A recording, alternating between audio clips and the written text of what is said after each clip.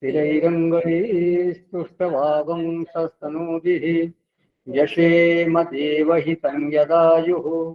स्वस्ति न इन्द्रो विद्वश्रवाः स्वस्ति न पूषा विश्ववेदाः स्वस्ति न सार्क्ष्यो अरिष्टनेमिः स्वस्ति नो बृहस्पतिर्दधातु।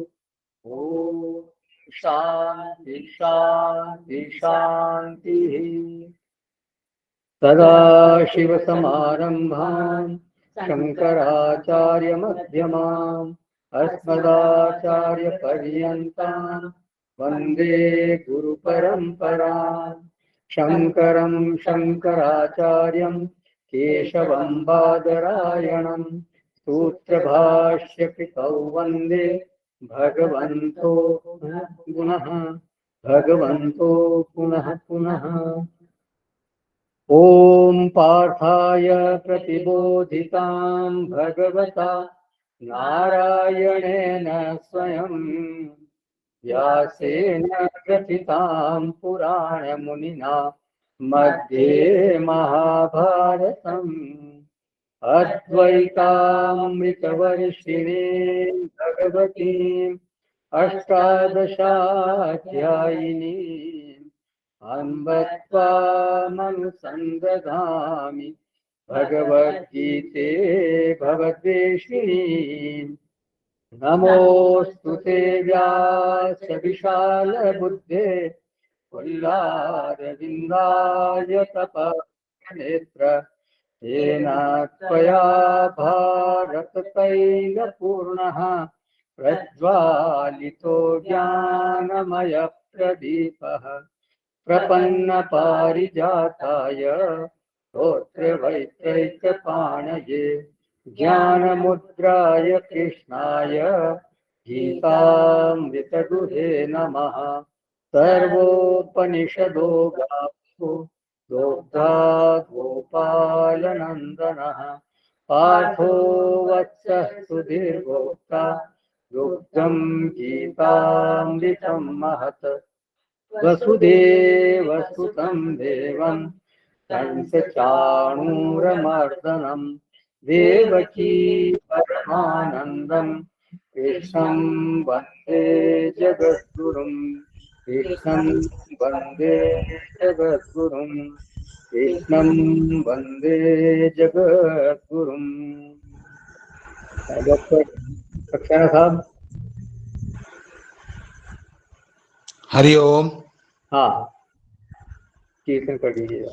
मेरे प्रभु जी महाराज रखिए चरणों का दास मेरे राम जी महाराज रखिए चरणों का दास रखिए चरणों का दास प्रभु जी दासों का दास रखिए चरणों के दास प्रभु जी दासों का दास मेरे राम जी सरकार रखिए चरणों का दास।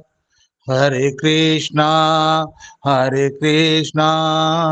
कृष्ण कृष्णा हरे हरे हरे रामा राम रामा हरे हरे। हरे कृष्णा कृष्ण कृष्ण हरे हरे हरे रामा राम रामा हरे हरे। तू तो दीनों का साथी मुझ में दीनता नाती पर विश्वास की एक मन में जलती रहती है बाती याद रहे तुझको प्रण की लाज रहे तुझको जन की भूल मेरी काली करनी, शरण मुझे लोगे अपनी मेरे राम जी। ओ मेरे प्रभु जी, सरकार रखिए, चरणों का दास मेरे राम जी। महाराज रखिए, चरणों का दास। हरे कृष्णा, हरे कृष्णा, कृष्णा कृष्णा, हरे हरे, हरे रामा, हरे रामा, राम रामा, हरे हरे। हरि ओम तत्सत। धन्यवाद डॉक्टर साहब। तो परमात्मा जिस विषय की मीमांसा कर रहे हैं वो है त्याग। अर्जुन ने दो बातों के बारे में पूछा था, त्याग और संन्यास। त्यागस्य संन्यासस्य च तत्वम इच्छामि वेदितुम। लेकिन मीमांसा का विषय फिलहाल क्या चल रहा है? त्याग। तो हमने देखा था त्याग 3 प्रकार का होता है, 7वें 8वें 9वें श्लोक में। मोहवश जो त्याग किया जाता है, मोहवश कर्मों का त्याग, तो वो तामसिक त्याग कहलाता है। फिर शरीर क्लेश के कारण या भय के कारण जो कर्मों का त्याग किया जाता है वो राजसिक त्याग कहलाता है। और अपनी विशिष्ट पहचान के अनुसार जो व्यक्ति का कर्तव्य कर्म है उसको कर्तृत्वासक्ति और फलासक्ति त्याग कर करना, मतलब कर्तृत्वासक्ति भी नहीं हो और फलासक्ति भी नहीं हो, दोनों का त्याग करते हुए अगर वो कर्म किया जाता है तो ऐसा जो त्याग है वो सात्विक त्याग कहलाता है। तो इसमें कर्म त्याग नहीं है, कर्म का तो त्याग हो ही नहीं सकता।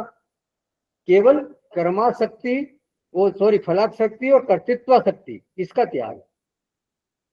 कर्म त्याग तो संभव ही नहीं कोई कर सके, क्योंकि भगवान ने स्वयं बोला है, न ही कश्चित क्षण अभी जातु तिष्ठति अकर्मकृत। कोई भी व्यक्ति एक क्षण मात्र के लिए भी बिना कर्म किए हुए नहीं रह सकता। तो उसी बात को जब यहाँ 12वें श्लोक में 11वें श्लोक में आगे बताते हैं भगवान, ये 11वां श्लोक है 18वें अध्याय का, 11th श्लोक ऑफ 18th। नहि देहभिता शक्यम त्यक्तुम कर्माण्यशेषतः यस्तु कर्म फल त्यागी सत्यागीत्यभिधीयते। क्योंकि शरीरधारी किसी भी मनुष्य के द्वारा संपूर्णता से सब कर्मों का त्याग किया जाना शक्य नहीं है, इसलिए जो कर्मफल का त्यागी है वही त्यागी है, यह कहा जाता है।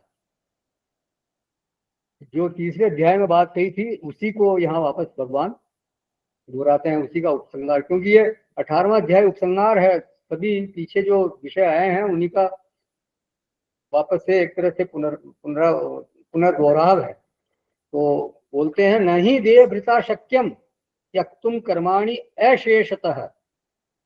देखो अर्जुन, देहधारी मनुष्य के लिए कभी अशेष कर्मों का त्याग संभव ही नहीं है, मतलब संपूर्ण रूप से कर्मों का त्याग हो नहीं सकता, कर ही नहीं सकता। तो इसलिए वो त्यागी शब्द का अर्थ कभी बन नहीं सकता। मतलब कर्मों का त्याग जब हो ही नहीं सकता तो त्यागी का अर्थ कैसे बनेगा? तो फिर त्यागी शब्द का अर्थ क्या है? तो बोले, यस्तु कर्म फल त्यागी स त्यागी त्यपीजीयते। जो कर्म फल का त्यागी है वास्तव में वही त्यागी कहा जाता है। कर्म फल का त्यागी मतलब, जैसे पिछले सत्र में बात हुई थी कि कर्म फल को छोड़ना नहीं है, क्योंकि कर्म आपने किया है तो उसका फल तो आएगा ही आएगा, निश्चित रूप से आएगा। कोई आप कर्म करो उसका फल नहीं आएगा ऐसा नहीं है, बल्कि वो जो फल आए उसको प्रसाद बुद्धि से ग्रहण करना है। फल के प्रति कोई आसक्ति नहीं है, कोई आग्रह नहीं है, तो वही कर्म फल त्याग कहलाता है। और उसका अंतिम फल क्या है? उसका अंतिम फल होता है कि उसको, जो ऐसा व्यक्ति होता है उसको कर्म फल का लेप नहीं होता है। अब कर्म कितने प्रकार के होते हैं, कर्म का फल कितने प्रकार का होता है, ये आगे 12वें श्लोक में बताते हैं। तो ये 18वें अध्याय का 12वां श्लोक है। अनिष्टमिष्टम मिश्रम च त्रिविधम कर्मण फलम भवत्यत्यागिनां प्रेत्य न तो सन्यासिनां क्वचित। कर्म फल का त्याग न करने वाले मनुष्यों के कर्मों का तो अच्छा, बुरा और मिला हुआ ऐसे 3 प्रकार का फल मरने के पश्चात अवश्य होता है, किंतु कर्म फल का त्याग कर देने वाले मनुष्यों के कर्मों का फल किसी काल में भी नहीं होता। तो अनिष्टमिष्टम मिश्रम च त्रिविधम कर्मणा फलम, किसी भी कर्म के 3 प्रकार के ही फल होते हैं, या तो वो अनुकूल होगा इष्टम, या प्रतिकूल होगा अनिष्टम, या फिर मिश्रित फल होगा मतलब मिला जुला। और ये फल किसको होते हैं? अत्यागिनाम भवती, व्यक्ति जब तक अत्यागी है मतलब वो त्यागी नहीं है तब तक ये फल उसको होंगे ही होंगे। कोई भी ऐसा मनुष्य जो त्यागी नहीं है वो कर्म करेगा तो उसको निश्चित रूप से फल होंगे ही होंगे। वो फल उसको स्वर्ग ले जाएंगे, हो सकता है उसको नरक ले जाएं, और या फिर पृथ्वी लोक में ले जाएं। मिश्रम माने पृथ्वी लोक, जो मनुष्य लोग। तो मिश्र, हम जो मनुष्य योनि है कहते हैं कि वो मिश्र कर्मों का ही फल होता है। तो ये फल किसको नहीं होते? बोले न तो सन्यासिनाम क्वचित, जो सन्यासी है उसको ये फल बिल्कुल नहीं होते। तो ये अचानक जो है त्यागी से सन्यासी कैसे आ गए? बोले त्यागी सन्यासी में विसर्जित हो गए। जब तक वो त्यागी है उसे ये तीनों प्रकार के फल आएंगे ही आएंगे, मिलेंगे ही मिलेंगे। भवती अत्यागिनाम प्रेत्य, प्रेत्य माने देह छोड़ करके, अथवा ये भी अर्थ कर सकते हैं कि एक परिस्थिति छोड़कर दूसरी परिस्थिति में जाने पर, माने भविष्य में, माने इस परिस्थिति से निकल जाने पर अथवा इस देह से निकल जाने पर कर्म करने वाले को ये 3 प्रकार के फल निश्चित रूप से मिलेंगे, जो अत्यागी है। ये ध्यान रखें आप। और कोई भी ऐसा जीव नहीं हो सकता जो कि परिस्थिति से शून्य हो। हर व्यक्ति, हर मनुष्य जो है वो एक परिस्थिति से दूसरी परिस्थिति में, दूसरी से तीसरी में, वो हमेशा परिस्थिति में ही गमन करता है, आगे से आगे। संसरण इसी को तो बोलते हैं, एक परिस्थिति से दूसरी परिस्थिति, दूसरी से तीसरी में। तो अब ये है कि परिस्थिति या तो शोभन होगी या अशोभन होगी, और या फिर मिश्रित होगी, इष्टम अनिष्टम मिश्रम। तो ये कर्म उसको पकड़ते हैं जो कि त्यागी नहीं है, अत्यागी है। भवती अत्यागी नाम। फिर ये फल किसको नहीं मिलते? बोले न तु सन्यासी नाम क्वचित, जो सन्यासी है उसको ये फल नहीं पकड़ते, नहीं मिलते। तो बोले अत्यागी को ये फल मिलते हैं। तो इस हिसाब से तो ये बनता था कि त्यागी को फल नहीं मिलते, क्योंकि बात तो त्यागी की चल रही है ना, कि जो अत्यागी उसको फल नहीं मिलते, तो अत्यागी उसको फल मिलते हैं, तो त्यागी को फल नहीं मिलते, ऐसा होना चाहिए था। लेकिन ये सन्यासी शब्द बोल दिया उन्होंने। यहाँ पहले तो बोला अत्यागी नाम और तुरंत बोल दिया सन्यासी नाम न क्वचित, सन्यासियों को फल नहीं होते हैं। तो बोले त्यागी से ये यहाँ सन्यासी का नाम लेते हैं, इसका ये तात्पर्य क्या है? तो ये तात्पर्य इसका ये है कि त्यागी अपनी यात्रा में सन्यासी हो चुका है। वो त्यागी का जो लेवल है वो इस ऊंचाई पर पहुंच गया कि वो सन्यासी बन गया। माने सन्यास की जो पूर्वावस्था है वो है त्याग, और त्याग की परिपक्व अवस्था है वो है सन्यास। बस ये समझ लीजिए आप, सन्यास की पूर्वावस्था त्याग और त्याग की परिपक्व अवस्था सन्यास। इस दृष्टि से इन दोनों शब्दों का अर्थ लगभग एक जैसा ही है। 5वें अध्याय में भगवान ने कहा था ना, एकम सांख्यम च योगम च, तो इसी तरह से एकम त्यागम च संन्यासम च, ये समझ लीजिए आप। तो संन्यास की ही पूर्ण अवस्था है त्याग, और त्याग की ही पूर्वावस्था है, त्याग की ही परिपक्व अवस्था है संन्यास। संन्यास की पूर्व अवस्था, पूर्व संन्यास के पूर्व की जो अवस्था है वो त्याग है, और त्याग की पूर्ण अवस्था मतलब परिपक्व अवस्था वो है संन्यास। इसलिए त्यागी शब्द कहने के बजाय भगवान ने यहाँ संन्यास शब्द का प्रयोग किया। संन्यास न तो सन्यासी नाम क्वचित फलम भवति। तो ये फल किसको होता है? अत्यागी नाम भवति। और वो त्रिविधम फलम भवति, इष्टम अनिष्टम मिश्रम। तो फल से बच जाने की सामर्थ्य किसी भी कर्ता में है ही नहीं, हो ही नहीं सकती। अवश्यमेव भोक्तव्यम कृतम कर्म शुभाशुभम। जो कुछ भी शुभ या अशुभ कर्म कोई करता है तो उसको निश्चित रूप से उसका फल आता ही आता है। अगर उसने शुभ कर्म किया है तो पुण्य के रूप में, मतलब उसके अनुकूल परिस्थिति के रूप में उसका फल आएगा, और अगर अशुभ कर्म किया है तो प्रतिकूल परिस्थिति के रूप में उसका फल निश्चित रूप से उसको मिलेगा, भोगना ही पड़ेगा ये। तो ये जीवन का एक ध्रुव सत्य है, अकाट्य सत्य है कि कर्म जो भी कर्म है वो फलीभूत होता ही होता है। लेकिन गीता यहाँ क्या कह रही है? सन्यासी नाम फलम न भवति। तो मतलब जो जिसने कर्म फल का त्याग कर दिया है अच्छी तरह से, जो बिल्कुल न उसमें कर्तृत्व शक्ति है और न उसमें फला शक्ति है, तो ऐसा जो सन्यासी हो गया उसको कर्म फल का कोई लेप नहीं होता। ये 12वें श्लोक में निगमन कर दिया भगवान ने। अब थोड़ा हमारे को विचार करना चाहिए कि त्याग की बात भगवान यहाँ क्यों कर रहे हैं। क्योंकि अर्जुन ने क्या पूछा था? त्याग का, सबसे पहले त्याग की बात की थी, संन्यास का तत्व भी पूछा, लेकिन त्याग भगवान ने त्याग से शुरू किया। लेकिन अर्जुन ने त्याग की बात क्यों पूछी? वो ये बात क्यों पूछ रहे हैं? वो संग्रह की बात क्यों नहीं करते? क्योंकि आदमी को जो चीज प्रिय है सामान्य रूप से वो तो संग्रह है। संग्रह माने इकट्ठा करना। आदमी बचपन से ही संग्रह वृत्ति का देखा जाता है। हमने भी बचपन में कंचे खेले हैं, खिलौने खेले हैं, हम इकट्ठा करने का हमारे को शौक रहा है कि भाई ज्यादा से ज्यादा इकट्ठे हो मेरे पास। जितने ज्यादा कंचे उतना ज्यादा खुशी होती थी। तो और ये वृत्ति फिर जीवन भर रहती है। लेकिन यहाँ मीमांसा हो रही है त्याग की, तो इसकी क्या जरूरत हो गई?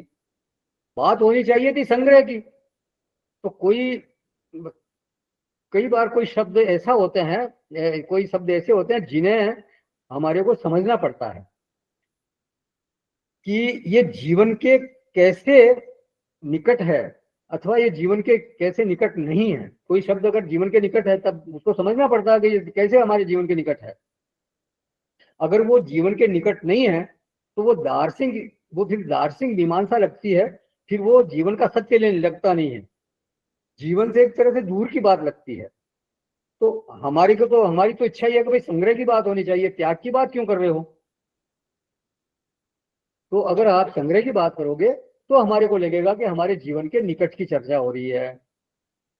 तो विचार करें तो क्या जीवन केवल संग्रह से चलता है क्या? ये हमें सोचना चाहिए। क्या त्याग का जीवन में कोई स्थान नहीं है?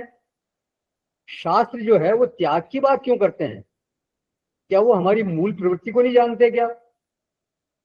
जब देखो तब त्याग, जब देखो तब संन्यास, ऐसा क्यों? हमें क्या लेना देना त्याग से? हमें क्या लेना देना संन्यास से? संग्रह की बात कीजिए, हमें अच्छा लगता है वो। क्यों, हमें तो संग्रह चाहिए। तो माने कुछ ऐसी बात होनी चाहिए जो जीवन को छुए, जो जीवन के ज्यादा करीब हो। अब ईशावास्योपनिषद क्या कहता है? उन्हें बोल दिया तेन त्यक्तेन भुंजिता, त्याग पूर्वक भोग करो। भाई जब त्याग ही कर देंगे तो भोग कैसे करेंगे? ईशावास्योपनिषद का पहला ही मंत्र है तेन त्यक्तेन भुंजिता ईशावास्यम इदगम सर्वम यत्किंचित जगत्याम जगत तेन त्यक्तेन भुंजिता मा विदत् कच्चित् ध्वनम्। तो त्याग पूर्वक भोग की बात वहां की गई है। और भी श्रुति ने कहा है संन्यास योगाद यतय शुद्ध सत्वाः न कर्मणा न प्रजया धने न त्यागे नैके अमृतत्वमानशुः। ये हम प्रार्थना में बोलते थे वहां पे। तो ये क्या मसला है? न कर्म से, न प्रजा से, न धन से, न अमृतत्व, मतलब किसी से भी अमृतत्व की प्राप्ति नहीं होगी। केवल और केवल जो अमृतत्व की प्राप्ति होगी वो त्याग से ही होगी और किसी भी वस्तु से नहीं हो सकती। तो ये क्या मामला है? तो एक तरह से मानो कि ये पूर्व पक्ष है, ये एक प्रश्न है, एक प्रश्न उठाया। एक अस्वाभाविक बात जिसको हम जीवन में बहुत महत्व नहीं देते, त्याग की कोई हमारे में इच्छा दिखाई नहीं देती, लेकिन उसी बात को लेकर श्रुति बहुत प्रवृत्त हो रही है, भगवत गीता प्रवृत्त हो रही है। तो ये क्यों, ऐसा क्यों हो रहा है? तो देखिए, यदि इस पर विचार करेंगे तो ये प्रश्न उठेगा कि क्या केवल संग्रह से जीवन चल सकता है क्या? अगर हम संग्रह ही संग्रह करते रहेंगे तो क्या जीवन चल जाएगा क्या? क्या जीवन में त्याग का कोई औचित्य नहीं है? अगर औचित्य नहीं है तो फिर हमारे शास्त्र उस त्याग की बात क्यों करते हैं? इसलिए हमारे को थोड़ा गंभीरता से विचार करना चाहिए इस पर। देखिए, हकीकत यह है कि त्याग के बिना जीवन चलता नहीं है, चल ही नहीं सकता। लेकिन त्याग जीवन के उत्कर्ष का हेतु तब बनता है जब शुभ के लिए अशुभ का त्याग किया जाए। माने शुभ के संग्रह के लिए अशुभ का त्याग बिल्कुल आवश्यक है। सद्गुण के संग्रह के लिए दुर्गुण का त्याग आवश्यक है। सद्बुद्धि के लिए दुर्बुद्धि का त्याग आवश्यक है। निर्बुद्धि अज्ञान का त्याग आवश्यक है। तो ज्ञान के संग्रह के लिए अज्ञान का त्याग, शुद्ध निष्पत्तियों के लिए शुद्ध निष्पत्तियों के संग्रह के लिए भ्रामक निष्पत्तियों का त्याग, सद्व्यवहार के संग्रह के लिए दुर्व्यवहार का त्याग, अच्छी आदतों के संग्रह के लिए बुरी आदतों का त्याग, ये तो करना ही पड़ेगा। तो माने कोई ऐसा नहीं हो सकता जो बिना त्याग के जी सकता हो। इसलिए त्याग की मीमांसा, त्याग पर विचार करना बहुत जरूरी है। कहीं ऐसा तो नहीं है जो नहीं छोड़ना चाहिए था वो हमने छोड़ दिया। नियतस्य तो संन्यासः कर्मणा न उपपद्यते। नियत कर्मों का त्याग नहीं करना चाहिए था और हमने कर दिया। मोहतस्य, मोह के कारण उसका त्याग कर दिया। तो वो ऐसा त्याग ठीक नहीं है। जिसका त्याग नहीं होना चाहिए उसी को त्याग दिया। हीरे को छोड़कर कंकर पत्थर हमने घर में भर लिए। तो त्याग का पहला आधार वाक्य है कि त्याग के बिना जीवन चल नहीं सकता।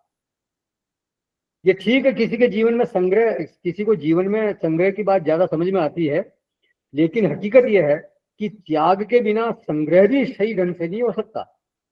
तो एक लघु कथा सुनाई थी स्वामी जी ने कि दो मित्र थे। एक मंदबुद्धि, मतलब थोड़ा कम बुद्धिमान था, और एक प्रखर बुद्धि,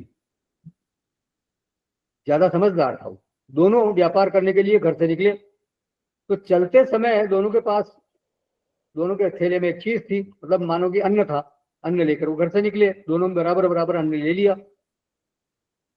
तो संग्रह दोनों के पास था। आगे चले तो किसी गांव में पहुंचे तो वहां पीतल की चीजें मिली उनको। तो जो समझदार था उसने क्या किया, उसने अन्न उसको पकड़ा दिया, अन्न दे दिया वहां पे, और वो पीतल की सामान ले लिया। और लेकिन वो जो दूसरा मंदबुद्धि था उसने कहा मेरा थैला भरा हुआ है, मैं रखूंगा किसमें, इसलिए उसने वो अन्न को छोड़ा नहीं। फिर आगे चले तो सोने की चीजें आई, चांदी की चीजें आई। चांदी, उसने पीतल छोड़ के चांदी उठा ली, और वो उसने अपना अन्न छोड़ा नहीं, वैसे का वैसे रखा। आगे फिर सोने की चीजें आई, तो जो प्रखर बुद्धि था उसने सोने की चीजें उसके बदले ले ली, चांदी के बजाय। चांदी की छोड़ दी, सोने की उठा ली। लेकिन उसने अपना अन्न नहीं छोड़ा, अपना ठेला वैसे वैसा रहा। उसने कहा कि मैं तो संग्रह प्रेमी हूं, मैं त्याग नहीं कर सकता, मेरा हाथ भरा हुआ है। घर से चले, जब दोनों के हाथ में बिल्कुल एक ही तरह की चीज थी, लेकिन जब वापस आए तो दोनों के पास अलग अलग चीजें थी। मंद बुद्धि के पास तो वही अन्न का थैला था, और उसके पास वो सोने और हीरे जवाहरात थे। उसने वो अपने सामान छोड़ता गया, जो कम मूल्य की सामान थे वो छोड़ दिए, ज्यादा मूल्य के सामान उठा लिए उसने। क्या कैसे करना, जो प्रखर बुद्धि है वो जानता था कि क्या कैसे करना। उच्च के लिए निम्न का क्या है, यही होना चाहिए। साधारण बुद्धि वाले को ये लगता रहता है कि संग्रह ही जीवन में बड़ी भारी चीज है, मतलब जितना ज्यादा संग्रह होगा उतना अच्छा। तो इसलिए भगवान ने और शास्त्र ने संग्रह को मीमांसा का विषय नहीं बनाया। विषय किसको बनाया? मीमांसा का विषय बनाया त्याग को। मीमांसा का विषय बनाया संन्यास को। देखिए, जीवन में दो शब्द बहुत सुने जाते हैं, कंप्रोमाइज एंड सैक्रिफाइस। समझौता और बलिदान। पूज्य गुरुजी इसके बारे में सुनाया करते थे कि किसी छोटी चीज के लिए किसी बड़ी चीज को छोड़ते हैं तो उसको कहते हैं कॉम्प्रोमाइज, और जब किसी बड़ी चीज के लिए कम मूल्य वाली चीज को छोड़ते हैं तो उसको बोलते हैं सैक्रिफाइस। जैसे देश के लिए प्राणों का बलिदान बलिदान कर दिया, यानी देश के सामने हमारे प्राणों का कोई मूल्य नहीं है, हमारे प्राण कम मूल्य के हैं और बलिदान कर देते हैं। हमारे सैनिक बलिदान करते हैं, बहुत से हमारे पूर्व में बहुत से योद्धा ऐसे हुए हैं जिन्होंने देश के लिए अपने प्राणों को बलिदान कर दिया। महाराणा प्रताप जैसे थे, और भी कई ऐसे महान अपने भगत सिंह, अभी रिसेंटली भगत सिंह, राम प्रसाद बिस्मिल जैसे बहुत से लोग थे जिन्होंने अपने देश के खातिर प्राणों का बलिदान कर दिया। तो वो कहलाता है सैक्रिफाइस, बलिदान। अच्छा, इसका उल्टा क्या है? इसका उल्टा क्या है कि देश के लिए प्राणों के लिए देश का बलिदान कर दिया। जिस समय वो आया था अलेक्जेंडर, सिकंदर जिसको बोलते हैं, तो उस समय एक राजा आम्बिक था, उसने उसको बुलवाया था, मतलब संदेश भेजा कि यहाँ आओ और यहाँ पे राजा पुरु है, उसके युद्ध करो, वो मेरे को बहुत परेशान करता है। तो मतलब उस जमाने में आम्बिक, और फिर बीच में एक सिराजुद्दौला का एक मंत्री था, क्या नाम उसका, मीर जाफर, अंग्रेजों से मिल गया वो। तो ऐसे हुए हैं जयचंद, पृथ्वीराज के समय जयचंद हुआ था। तो ऐसे अनेक लोग हुए हैं, आज के समय में भी बहुत से ऐसे गद्दार लोग हैं देश में, तो वो कर रहे हैं। आज के समय में भी कमी नहीं है ऐसे लोगों की। तो वो भी एक तरह का त्याग ही है, मतलब देश के लिए अपने प्राणों को ज्यादा अच्छा समझना और देश को बलिदान कर देना। बहुत से ऐसे लोग हैं जो देश के लिए जासूसी करते हैं, मतलब वो दूसरे देशों को अपने यहाँ से यहाँ की सूचनाएं भेजते हैं, वो क्या देश के साथ गद्दारी है, मतलब देश को बेच लेते हैं ऐसे लोग। वो भी त्याग है, लेकिन उन्होंने क्या किया है, छोटी चीज के लिए बड़ी चीज का त्याग किया, तो यह है कॉम्प्रोमाइज। तो वस्तु के धरातल पर भी त्याग और संग्रह का तत्व हमारे को जानना चाहिए कि किसके लिए क्या छोड़ना उचित है। हमारे जीवन के सबसे बाहरी घेरे में जो वस्तुएं हैं, व्यक्ति है, तो किसके साथ संबंध रखना है, किसको छोड़ना है। माने ऐसा होता है कि लोग वस्तु के लिए व्यक्ति को छोड़ देते हैं, संबंधों को छोड़ देते हैं, कई बार ऐसा होता है। छोटी छोटी चीजों के लिए अपने संबंध बिगाड़ लेते हैं, और कई जो व्यक्ति है वो व्यक्ति को महत्व देते हैं, संबंध को महत्व देते हैं, वस्तु को छोड़ देते हैं। तो माने इस मीमांसा के धरातल पर इतना ही समझना है कि छोड़ना तो पड़ता ही है, निश्चित है, छोड़ना जीवन में पड़ता ही है।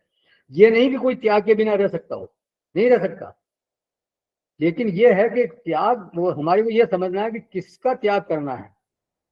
उच्च की प्राप्ति करनी है, निम्न का त्याग करना है। जो निम्न वृत्तियां हैं उनको छोड़ना है, जो उच्चतर वृत्तियां हैं उनको हमारे को ग्रहण करना है, उनका संवर्धन करना है।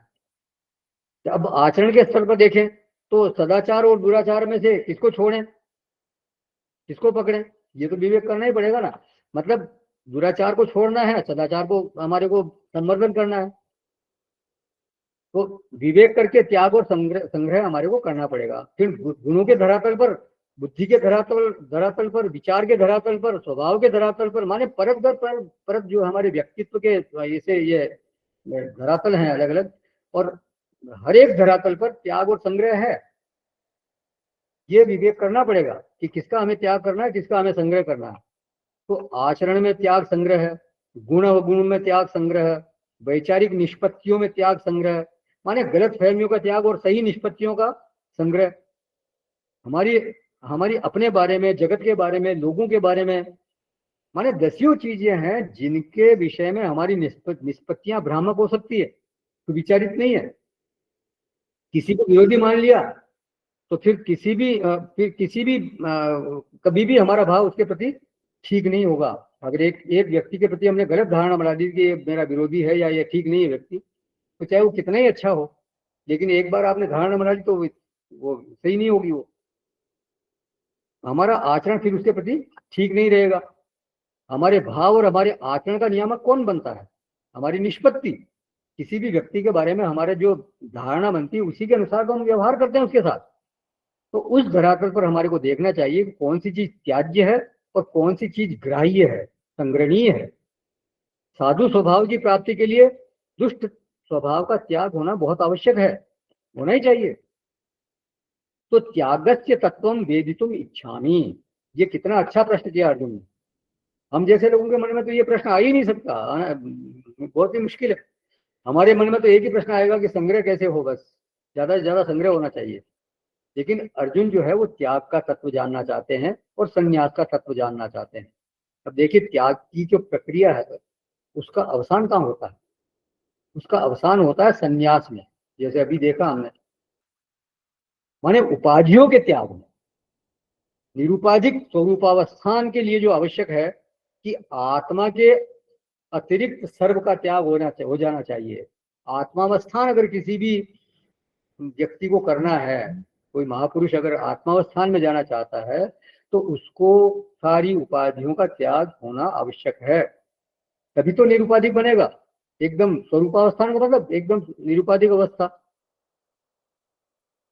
तो जीवन का जो चरम फल है वो किससे मिलता है? केवल और केवल त्याग से। त्यागे नैके अमृतत्व मानसुहु, केवल एक त्याग के द्वारा ही अमृतत्व की प्राप्ति हो सकती है। जीवन में साद्गुण्य की प्रतिष्ठा, सत स्वभाव की प्रतिष्ठा, तेजस्विता की प्रतिष्ठा माने जीवन में जो भी शुभ है उसकी प्राप्ति का हेतु केवल और केवल त्याग है, संग्रह नहीं है। संग्रह तो बाई प्रोडक्ट है। अगर अवगुण का त्याग होगा तो सद्गुण अपने आप ही आ जाएगा। तो जहां त्याग होगा वहां संग्रह भी होगा ही होगा। तो अर्जुन संन्यास का मर्म जानना चाहते हैं। 18वें अध्याय का प्रथम शब्द यही है, संन्यास, संन्यासस्य महाभाव। और 18वें अध्याय का जो चरम उपदेश है 66वें श्लोक में, वहां भी है त्याज्य, सर्वधर्मान परित्यज्य, वहां त्याग की बात है। तो इस रहस्य को हमारे को समझना है। ये जीवन का बहुत अद्भुत रहस्य है कि त्याग के द्वारा ही वास्तविक हमारे जो जीवन का चरम फल है उसकी प्राप्ति हो सकती है। अदरवाइज में बिना त्याग के तो उस चरम फल की प्राप्ति हो ही नहीं सकती। तो हम लोग जो है वो हमारे को संग्रह में नहीं लगते थे, त्याग के बारे में सोचना चाहिए। किसका त्याग होना चाहिए और किसका त्याग नहीं होना चाहिए। तामसिक त्याग, राजसिक त्याग, सात्विक त्याग क्या है और सात्विक त्याग का इतना महत्व क्यों है, इसको हमारे को समझना चाहिए, इसको हमारे को जानने का प्रयास करना चाहिए। तामसिक त्याग वाला क्या करता है? जो नहीं छोड़ना चाहिए उसको छोड़ देता है, और वो भी मोह के वशीभूत होकर छोड़ देता है, और जिसको नहीं पकड़ना चाहिए उसको पकड़ देता है। मतलब आत्मा को छोड़ करके वो जगत को पकड़ता है। राजसिक त्याग में क्या है? दुखानुभूति है, और भयानुभूति है। दुख मित्येव यत्कर्म काय क्लेश भया त्यजेत। तो राजसिक में क्या है? त्यागी को कोई फल मिलता नहीं है। एक जो अवसर मिलना चाहिए श्रवण मनन निधि ध्यान आदि का, वो अवसर उसको मिलता नहीं है। साधना बढ़ाने का, भजन बढ़ाने का जो अवसर मिलना चाहिए वो अवसर उसको राजसिक त्यागी को मिलता नहीं, इसलिए वो फिर भटकता रहता है। त्याग के पीछे कोई विचार नहीं है, मुमुक्षा नहीं है, वो तो बस वैसे ही कर दिया बस। तो वो तो सत्प्रेरणा से मुमुक्षा पूर्वक, विचार पूर्वक अगर कोई त्याग करता है, माने वो सात्विक त्याग करता है, तब उसको फिर उसका फल जरूर प्राप्त होता है। वो अपना भजन बढ़ा सकता है, अपनी साधना बढ़ा सकता है, श्रवण मनन निधि ध्यान का उसको अवसर मिलता है। तो ये है त्याग का स्वरूप। बोले ये त्याग का मर्म क्या है? तो त्याग का मर्म ये है कि वो संन्यास का रूप ले लेता है। अंतिम जो उसका फल है वो है संन्यास। त्याग की परिपक्व अवस्था, जैसे मैंने बताया था, त्याग की जो परिपक्व अवस्था है वो है संन्यास। त्याग जो है वो सारी उपाधियों का बात करवा देता है, वही असली संन्यास है। गुणान अपि त्यज्यति, माने गुणातीत हो गया व्यक्ति। स गुणान समतीतेतान ब्रह्म भूयाय कल्पते। तो यही मतलब वो सारे गुणों का से अतीत हो जाता है, तो फिर ब्रह्म को प्राप्ति हो जाती है उसको। तो त्याग की सीढ़ी पर चढ़ करके वो संन्यास तक पहुंच सकता है।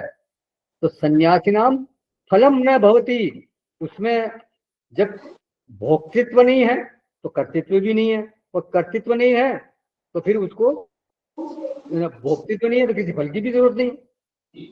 न कर्तृत्व है न भोक्तृत्व है तो फिर उसको कोई फल चाहिए नहीं, तो फिर उसको फल होता ही नहीं, उसको फल का कोई लेप होता नहीं। तो ये 12वें श्लोक का निगमन हो गया। तो जीवन में त्याग का महत्व जो है वो बहुत है, इसको हमारे को गहराई से समझना चाहिए, तभी शास्त्र की विवक्षा हमारे को समझ में आएगी। शास्त्र तो बार बार बोलता है, तेन त्यक्तेन भुंजी था त्यागे नैके अमृतत्व मानशु, त्यागी सत्व समाविष्ट है मेधावी सिन्य संशय है। तो भगवान जो त्यागी की महिमा में, यहाँ त्यागी की महिमा में बिल्कुल बराबर गीत गा रहे हैं। अपने घर में किसी दीवार पर एक बड़ी पट्टिका पे हमारे को लिख देना चाहिए क्या, कि संग्रह के बजाय त्याग जीवन में अधिक महत्वपूर्ण है। हमारे को संग्रह की तरफ ज्यादा ध्यान नहीं देना है, बल्कि त्याग की तरफ ज्यादा ध्यान देना है। ये अपनी भाषा में जो भी आपको समझ में आती है उस तरह से लिख के एक जगह रख दें, और रोज सुबह उठ के उसको बराबर दोहराते रहे तो ध्यान में रहेगा कि हमारे को त्याग पर ज्यादा ध्यान देना है। तो उत्थान की जो पहली सीढ़ी है वो यही है कि त्याग हो। चरमोपलब्धि की स्वरूपावस्थान की सीढ़ी जो है वो त्याग ही है। अच्छा, बोले महाराज इनको फल क्यों नहीं मिलता, सन्यासी को फल क्यों नहीं मिलता? सन्यासी नाम फलम न भवती है, ऐसा आप कह रहे हो। हमने तो शास्त्र में क्या पढ़ा है, अवश्यमेव भोक्तव्यम कृतम कर्म शुभम, जो भी कोई कर्म करेगा उसको उसका फल भोगना पड़ेगा। तो कर्म सिद्धांत को मानते हैं हम तो, और इसका परिणाम जरूर दिखाई देता है हमारे को। तो फिर बताइए कि इनमें ऐसा क्या खास है कि इनको फल नहीं होता? आप स्वयं ही बोल रहे हो ना कि न तो सन्यासी नाम पचित फलम भवती। तो सच्चाई ये है कि अपने को कर्ता रूप में अनुभव करना ये एक भ्रांत अनुभव है। जो सन्यासी है वो वास्तव में अपने आप को कर्ता मानता ही नहीं है, उसका कर्तृत्व तो समाप्त हो चुका है। तो कर्ता अगर कोई मानता है तभी उसको फल होगा। जो कर्ता नहीं है, जिसमें कर्तृत्व नहीं है, भोक्तृत्व नहीं है, तो उसको फल होगा ही नहीं। जगह जगह भगवान ने बोला है। तो ये जो अपने आप को कर्ता अनुभव करना, ये एक तरह से ना समझी है। कहा भगवान ने, प्रकृते क्रियमाणानि गुणैः कर्माणि सर्वशः अहंकार विमूढ़ात्मा कर्ता हमिति मन्यते। जो अविवेकी व्यक्ति है, मूढ़ व्यक्ति है, वो अपने को कर्ता समझता है कि मैं करता हूं, जबकि वास्तव में कर्ता कौन है? प्रकृति के 3 गुण। सारे जितने भी कर्म किए जाते हैं प्रकृति में, वो सब प्रकृति के 3 गुणों के द्वारा हो रहे हैं। संसार में जितने भी कर्म हो रहे हैं प्रकृति के 3 गुणों के द्वारा हो रहे हैं। लेकिन जो अविवेकी व्यक्ति है वो समझता है कि मैं करता हूं। तो बोले महाराज बुद्धिमान कौन है फिर? बोले बुद्धिमान मनुष्येषु स युक्त है कृष्ण कर्म के। वो तो जो कर्म में अकर्म देखता और अकर्म में कर्म देखता, चौथे अध्याय में आया है ये शब्द। तो वो बुद्धिमान है, वो समस्त कर्मों का करने वाला है, ऐसा वहां बोला गया। मतलब वो एक्चुअली जो कर्म कर रहा हूं, मैं जो भी कर्म कर रहा हूं वास्तव में मैं कुछ नहीं कर रहा हूं, ऐसा उसका भाव होता है वहां पे।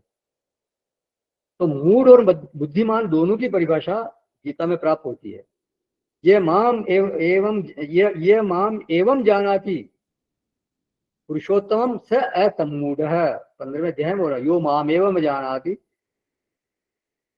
जानाति पुरुषोत्तमम असम्मूढ़ है। जो असम्मूढ़ है, जो बुद्धिमान है, वो मेरे को इस तरह से पुरुषोत्तम जान लेता है। तो भगवान तो कहते हैं कि अपने को कर्ता मत मानो, लेकिन हमें तो लगता है कि हम तो करता है। बोले ठीक है, हम आपके अनुभव को मना नहीं करते, बिल्कुल आप करता हो, लेकिन आपका अनुभव हमेशा सही हो ये जरूरी थोड़ी है।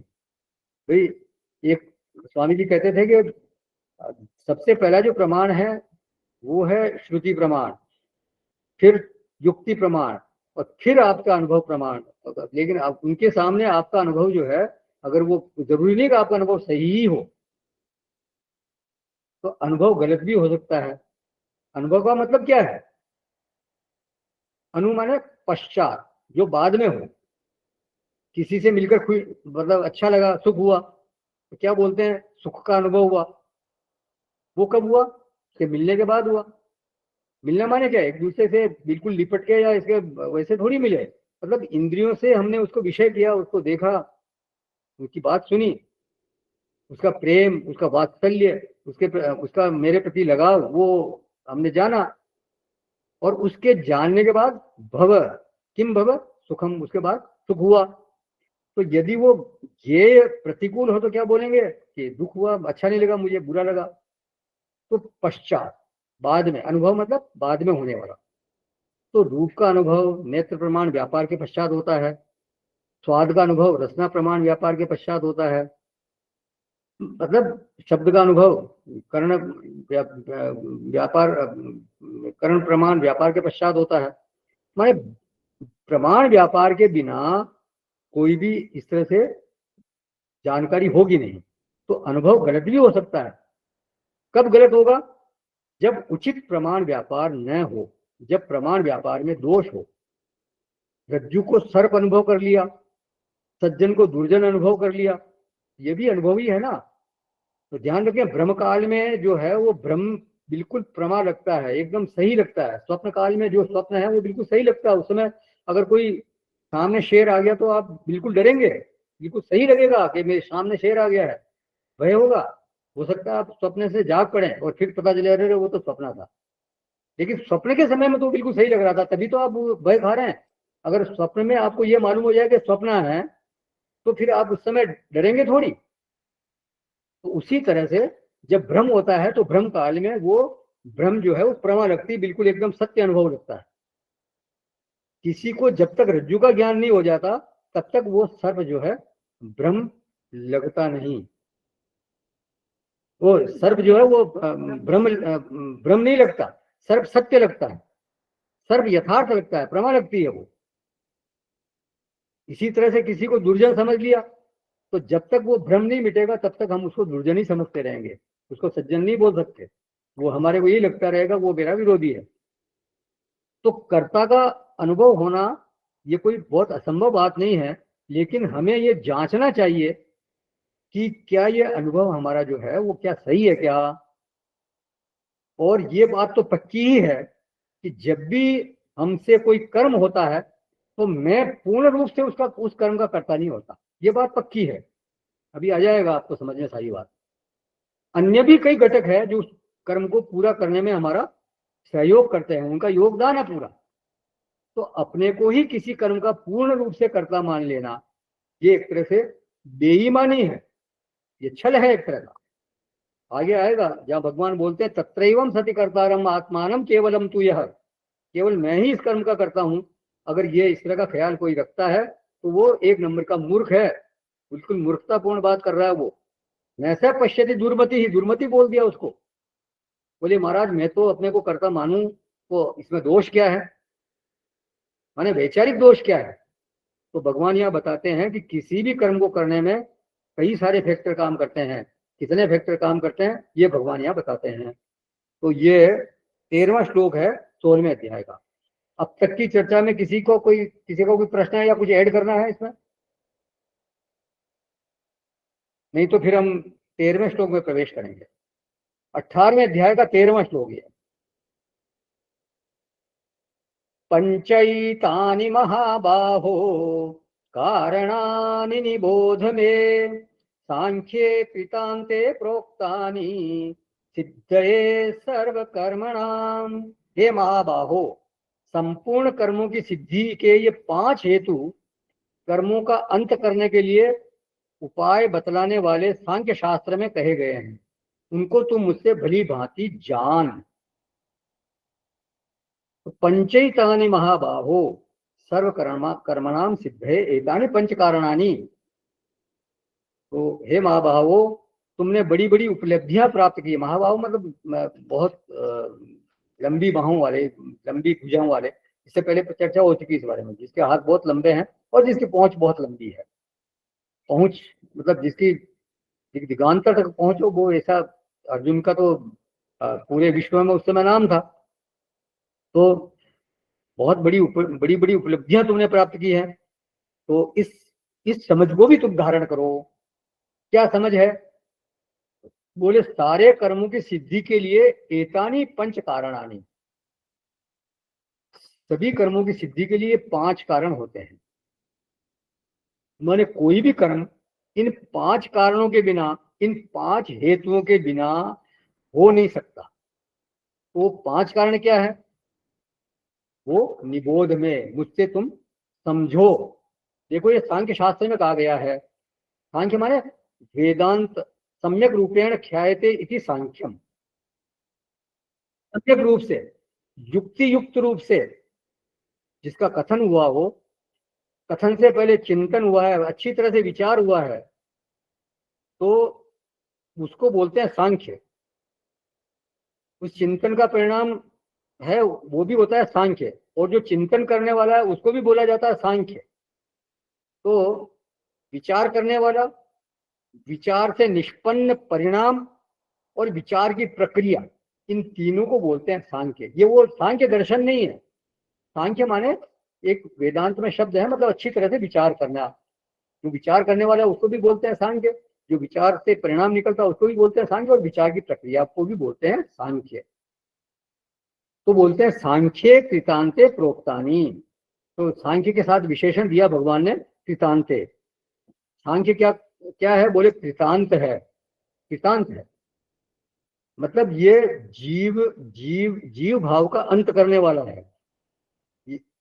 तो वेदांत के लिए भगवान ने ऐसा बोला है, क्योंकि वेदांत जो है वही ये कृतांत के लिए बोलते हैं, या कृतांत उसी के लिए बोला है।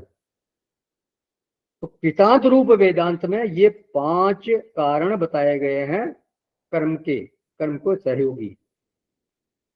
तो तुम मुझसे बिल्कुल उसको समझो। तो देखिए भगवान की कैसी करुणा है अर्जुन के लिए कि वो अर्जुन को आमंत्रित करते हैं कि आओ तुम मुझसे समझ लो। अर्जुन तो बिल्कुल विनम्र है। उनकी विनम्रता के कारण ही भगवान जो है, उनके उनके मुंह से ये शब्द बराबर निकल रहे हैं। वो कई बार प्रश्न नहीं भी करते तो भी भगवान आगे से आगे बोल रहे हैं। तो मैं निबोध है कृतांत शब्द के लिए, मतलब तुम मेरे से समझ लो। कृतांत शब्द के लिए भाष्यकार लिखते हैं, इति वेदांतस्य एव विशेषणम कृतम इति कर्म उच्यते तस्य अंतःकृतस्य परिसमाप्ति यत्र स कृतांतः कर्मांत इति एतद। बोले कृतांत वेदांत का विशेषण है। कृत कहते हैं कर्म को, और जहां कृत की समाप्ति हो जाती है, माने कर्म की समाप्ति हो जाती है, वो है कृतांत, माने कर्मों का अंत। फिर याद कराते हैं भाष्यकार, यावानर्थ उद्पाने सर्वथा संप्लुतोदके। मतलब जैसे कोई महान बड़ा सागर मिल जाए तो उसके मिलने पर छोटे मोटे तालाब से या छोटे मोटे कुंड से किसी का ज्यादा प्रयोजन नहीं रहता। तो उसी तरह से जो ब्रह्म की जिसको प्राप्ति होगी उसमें उसको फिर वेद में कोई ज्यादा प्रयोजन नहीं रहता। सर्वकर्माखिलम पार्थ है ज्ञाने परिसमाप्यते। जब ज्ञान की प्राप्ति होगी तो फिर सारे कर्म वहां समाप्त हो गए। इसी आत्मज्ञाने संजाते सर्वकर्मणाम निवृत्तिम दर्शयति। मतलब सारे कर्म ज्ञान में समाप्त हो जाते हैं। आदि वचन भी आत्मज्ञान उत्पन्न होने पर समस्त कर्मों की निवृत्ति दिखाते हैं। मतलब जब आत्मज्ञान ही हो गया तो फिर उसको कर्म करने की जरूरत ही नहीं है। फिर तो क्या जरूरत है? जो जो जो चरम फल जो प्राप्त होना था वो प्राप्त हो गया, फिर किस बात का कर्म करने की जरूरत है? तो कृतांत शब्द से यहाँ ये संकेत किया गया है कि जीव भाव का अंत हो जाता है। ऐसा वेदांत जो है वो जीव भाव का अंत कर सकता है। तो समस्त कर्मों के उन 5 कारणों को तुम मुझसे समझ लो, मुझसे जान लो। ये 5 कारण किसके लिए हैं? सर्व कर्मणाम सिद्धये। सब समस्त कर्मों की सिद्धि के हेतु है ये। आगे 15वें श्लोक में बोलेंगे भगवान, न्यायम व विपरीतम व पंचैते तस्य हेतवः। चाहे वो कर्म उचित हो अनुचित हो, विहित हो निषिद्ध हो, अच्छा हो बुरा हो, कैसा भी कर्म हो, वो कर्म पूरा करने के लिए ये 5 हेतु आवश्यक हैं, चाहिए ही चाहिए। तो वो 5 हेतु, वो 5 कारण क्या है? तो ये फिर आगे 14वें श्लोक में भगवान बताते हैं। ये 14वां श्लोक है 18वें अध्याय का, जिसमें 5 जो करण है का कारण है उसके बारे में भगवान यहाँ बता रहे हैं। अधिष्ठानम तथा कर्ता करणम च पृथक विधम विविधाश्च पृथक चेष्टाः दैवम चैवात्र पंचमम। इस विषय में अर्थात कर्मों की सिद्धि में अधिष्ठान और कर्ता तथा भिन्न भिन्न प्रकार के करण एवं नाना प्रकार की अलग अलग चेष्टाएं, और वैसे ही पांचवा हेतु देव है। तो ये 5 कारण भगवान ने यहाँ बता दिए, 5 हेतु कर्म के क्या होते हैं वो यहाँ बता दिए। तो सबसे पहला है अधिष्ठानम। सबसे पहली जो चीज चाहिए वो कर्म के लिए वो है अधिष्ठानम। तो 2 तरह से इसकी व्याख्या हो सकती है। एक तो अधिभूत के संदर्भ में, मतलब भौतिक जगत के संदर्भ में, और दूसरी अध्यात्म के संदर्भ में, मतलब हमारे शरीर से संबंधित, जहां तक मैं अपने आप को मानता हूं। अध्यात्म मतलब आत्मनो अधिकृत्य, जहां तक मैं अपने आप को कहता हूं कि यहाँ मैं हूं, मतलब ये यहाँ हाथ लगा कहता हूँ ये मैं हूं, मतलब ये शरीर तक मेरा, जहां तक मेरा शरीर है, इंद्रियां, प्राण, स्थूल शरीर, ये अध्यात्म कहलाता है। तो अधिभूत में अधिष्ठान का अर्थ है बैठने की जगह। जैसे किसी को व्यापार करना है, खेती करनी है, तो उससे एक जगह चाहिए, है ना, उसको एक जहां बैठकर वो व्यापार कर सके या वो खेती कर सके, खेत चाहिए खेती के लिए। तो अधिष्ठानम माने एक जगह है, एक आधार। दूसरा है कर्ता, माने उस कर्म को कौन करेगा, तो वो निश्चित रूप से कर्ता ही करेगा। जो व्यक्ति करेगा वो उसको कर्ता कहलाएगा। कोई कर्ता नहीं होगा तो दुकान खोल के कौन बैठेगा? जो दुकान खोल के बैठेगा मतलब वो कर्ता, या खेत में हल चलाएगा वो कर्ता। तो जगह हो गई, फिर कर्ता हो गया। अब तीसरा है कर्णम च। तो पृथक विधम, नाना प्रकार के कर्ण मतलब साधन, इक्विपमेंट्स, नाना प्रकार के औजार। कोई चीज तोलनी है तो तराजू चाहिए, खेती में हल चाहिए, ट्रैक्टर चाहिए, इंजन चाहिए। हाँ, अस्पताल है किसी का तो वो बिना बीपी के, कोई डॉक्टर साहब आपका बिना बीपी इंस्ट्रूमेंट के आपका बीपी कैसे नाप के बताएंगे, या बिना औजारों को ऑपरेशन कैसे करेंगे? तो मतलब ये हो गए औजार। जितना डॉक्टर जरूरी है उतने औजार भी जरूरी है। बिना औजार के भाई कैसे हो सकता है किसी का कोई कार्यक्रम, जो कुछ नापना करना है या कुछ उनका ऑपरेशन करना है या कुछ छोटी मोटी कोई प्रक्रिया करनी है, औजार चाहिए। तो अधिष्ठानम, कर्ता, करणम च पृथक विधम। फिर चौथा है फैक्टर विविधाश्च प्रचेष्टा, माने उद्यम। जैसे किसी का एक कोई कारखाना है, इंडस्ट्री है, तो उसको रन करने के लिए उसको कितनी भाग दौड़ करनी पड़ेगी, उसको वर्कर्स का इंतजाम करना पड़ेगा, मतलब लेबर चाहिए उसको। हाँ, सरकारी महकमों में चक्कर लगाता है वो, माल को बेचने के लिए होलसेलर्स, रिटेलर्स को अप्रोच करनी पड़ेगी उसको। फिर ऑफिस में देखना है, ऑफिस में रन करना है, कई तरह के उसको चेष्टाएं करनी पड़ेगी। एक छोटा सा काम ले लीजिए, खाना बनाना है, तो उसमें भी कितनी चेष्टाएं करनी पड़ती है।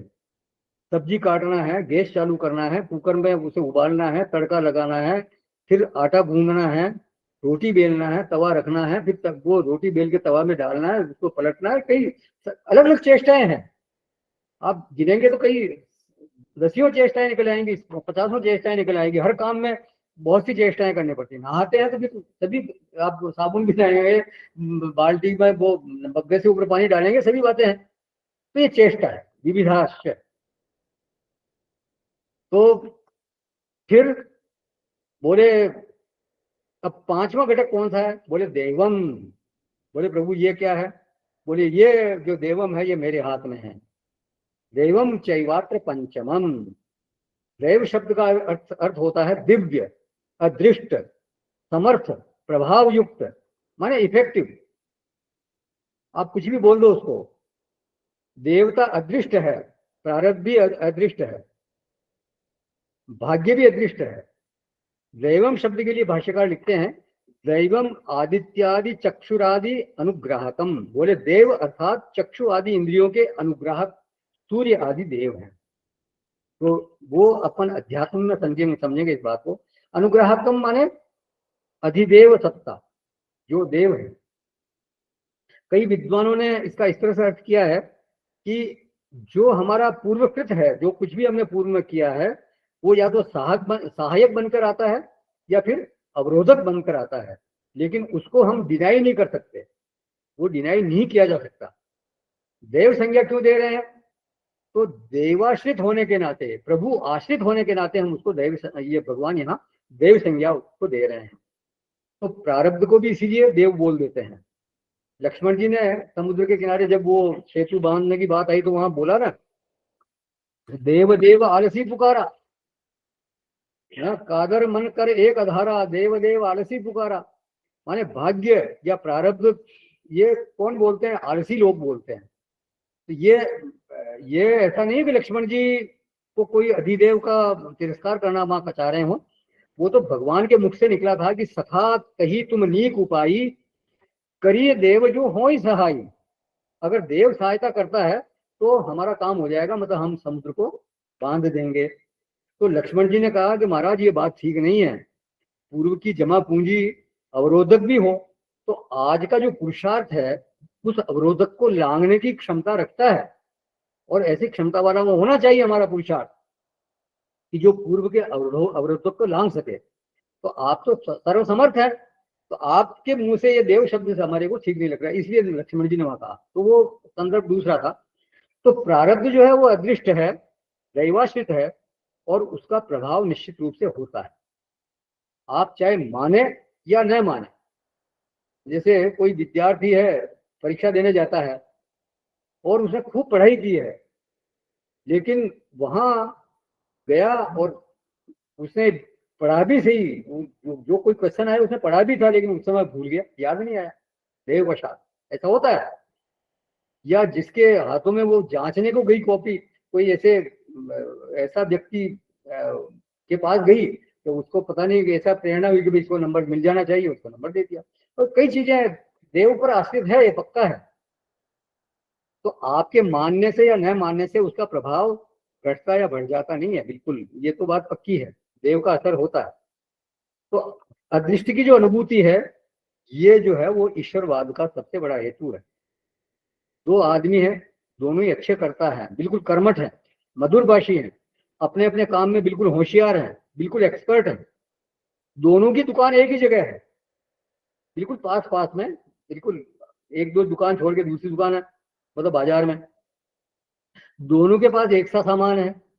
ऐसा होने पर भी किसी की दुकान खूब चलती है और दूसरी की उतनी नहीं चलती। अब इसमें ऐसा नहीं है कि पुरुषार्थ में कोई कमी रखता हो दूसरा वाला, वो भी मेहनत पूरा कर रहा है, समय से खोलता है, रात तक बैठा रहता है, तो फिर कौन सा फैक्टर है कि उसकी दुकान नहीं चल रही?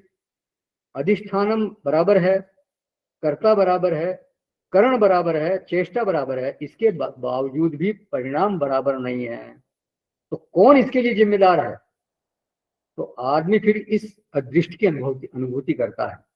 उसको चाहे भाग्य कह दो, चाहे प्रारब्ध कह दो, चाहे ग्रह योग कह दो, वो आपके ऊपर है, कुछ भी कह दो, नाम कुछ भी दे दो, लेकिन भगवान उसको क्या नाम दे रहे हैं? देव। उस देव शब्द में ये सारे अंतर्भूत समझ लीजिए आप। प्रारब्ध कहो, उसको भाग्य कह दो, ग्रह योग कह दो, कुछ भी कह दो, उसको डिनाई नहीं किया जा सकता। वो अदृष्ट है, हमारी इंद्रियों के पहुंच में नहीं है, लेकिन उसका प्रभाव बिल्कुल अनुभव में आता है। वो उसको आप किसी भी तरह से डिनाई नहीं कर सकते, उसको इग्नोर नहीं कर सकते, उसको ओवर रूल नहीं किया जा सकता। कई बार लोग बोलते हैं ना कि मेरी कल्पना में नहीं था कि मुझको ये काम करना पड़ेगा, लेकिन परिस्थिति ऐसी बनी कि मैं ये काम कर रहा हूँ। होता है कई बार। मैं मुकद्दर आपको ये करिश्मा भी दिखा देगा, जिसे कहते हो नामुमकिन उसे मुमकिन बना देगा। और सही अमल के दीवानों, ये बात यहाँ तक आप पहुंची, आप सही कर्म करने वाले हो, आप कर्म के बहुत ज्यादा प्रशंसक हो, मैं तो कर्म करता हूँ तो मैं विजयी हो जाऊंगा। ये सही अमल के दीवानों, ये बात यहाँ तक आ पहुंची, जिन्हें नाज है तकदीरों पे, वो तकदीर से हारा करते हैं। कई बार ऐसा होता है, अगर तकदीर में नहीं है तो आप कितना भी प्रयास कर लो नहीं होता, नहीं होता। तो किसी भी कर्म को संपन्न करने में ये जो 5 घटक है, ये 5 फैक्टर है, वो अपना काम करते हैं। अब इसको अध्यात्म के संदर्भ में भी समझ लें, बस एक आध 2 मिनट और। अधिष्ठान का अर्थ यहाँ हो जाएगा शरीर। भगवान भाष्यकार ने लिखा, इच्छा द्वेष सुख दुखम ज्ञानादीनाम अभिव्यक्त आश्रय अधिष्ठानम शरीरम। बोले इच्छा, द्वेष, सुख, दुख और ज्ञान आदि की जो अभिव्यक्ति का आश्रय है वो माने शरीर, तो वो यहाँ अधिष्ठान है। भगवान ने भी कहा 15वें अध्याय में, श्रोत्रम चक्षुः स्पर्शनं च रसनं घ्राणमेव च अधिष्ठाय मनश्चायं विषयानुपसेवते। श्रोत्र, चक्षु, त्वचा, रसना, घ्राण, मन को आश्रय करके ये जीव जो है वो विषयों का सेवन करता है, माने शरीर के सहारे जो है ये विषयों का भोग करता है। तो ये शरीर जो है वो अध्यात्म में अधिष्ठान कहा जाएगा। बाहर जब काम करते हैं, मतलब जगत में काम करते हैं, तो वहां अधिष्ठान है स्थान, और देखिए अध्यात्म में अधिष्ठान का अर्थ हो जाएगा शरीर। फिर कर्ता कौन है? तो भाष्यकार बोलते हैं उपाधि लक्षणों भोक्ता, माने अंतःकरणोपाधिक चेतन जो है वो ही करता है, माने जो जीव है वो करता है। कर्ता फिर वो है जो कि उस कर्म को करना जानता है। हर किसी को हर कोई कर्म थोड़ी दिया जा सकता है। सर्जरी करनी है किसी पेशेंट की, तो उसके लिए डॉक्टर की ही जरूरत हो, डॉक्टर ही कर सकता है, कोई इंजीनियर को थोड़ी कह देंगे कि भाई आप सर्जरी कर दो। तो इसीलिए कहा जाता है ना कि जिसका काम उसी को साझे। तो कर्ता माने कर्ता करने की, कर्म करने की योग्यता रखने वाला, और कर्म करने की रुचि रखने वाला, माने योग्यता के साथ उस कर्म करने की उसको उसमें रुचि भी होनी चाहिए। केवल सामर्थ्य से ही कोई कर्ता नहीं बनता, उसकी उस कर्म को करने की रुचि भी उसमें होनी चाहिए। फिर करणम, मतलब अध्यात्म में जो करणम है उसका अर्थ है 10 इंद्रिया और अंतःकरण, ये करण है, इसीलिए उसको अंतःकरण बोलते हैं। तो 10 इंद्रियां और जो हमारा मन है या अंतःकरण है वो, ये इसमें अध्यात्म में करण हो गए। भाष्यकार ने लिखा यहाँ पे करणम च श्रोतादिकम, श्रोतादि इंद्रियां, और विविधा च पृथक चेष्टा, माने देखना, सुनना, बोलना, खाना, ये सब भिन्न भिन्न तरह की जो चेष्टाएं हैं ये अध्यात्म में चेष्टाएं करते हैं। हम देख रहे हैं, बोल रहे हैं, सुन रहे हैं, सूंघ रहे हैं, स्पर्श कर रहे हैं। तो ये चक्षु आदि इंद्रियों की जो अनुग्राहक है वो सूर्यदेव है। चक्षु सूर्यदेव है, किसी के दिग देवता है, किसी के वरुण देवता है, जैसे रसना के वरुण देवता है, श्रोत्र के दिग देवता है, फिर घ्राण के अश्विनी कुमार हैं, इस तरह से अलग अलग देवता हैं। फिर तो ये देव शब्द का यहाँ पर लिखा उन्होंने कि ये जो देवी शक्तियां हैं, जो इंद्रियों के अनुग्राहक देव हैं, वो यहाँ देव कहलाते हैं। यहाँ प्रारब्ध को नहीं बोला, बल्कि ये जो हमारी इंद्रियां जिनके द्वारा शक्ति प्राप्त करती है उन देव शक्तियों को यहाँ पर देव कहा गया। किसी का कोई प्रश्न है या इसमें कुछ ऐड करना है तो करें, नहीं तो फिर इसको। जी मैं एक बात करना चाह रहा था। हाँ बताएं। कि जब अयोध्या में जब वो ज्ञान यज्ञ हुआ था जी, तो उसमें एक बात उन्होंने कही थी, the unseen world is the more and more powerful than the seen world. उस समय में जल्दी में मेरे को ये चीज समझ में नहीं आई थी, पर आज ये पांचों करण बता के और आपने जो बताया मेरे एकदम क्लियर हो गई। मैंने थैंक्स। ठीक है साहब, और कोई किसी का? ठीक है, करें, संपूर्ण करें, कहीं जाइएगा नहीं। ओम पूर्णमदः पूर्णमिदं पूर्णात् मुदच्यते पूर्णस्य पूर्णमादाय पूर्णमेवावशिष्यते। ओम शांति शांति शांति। हरि ओम। श्री गुरुभ्यो नमः।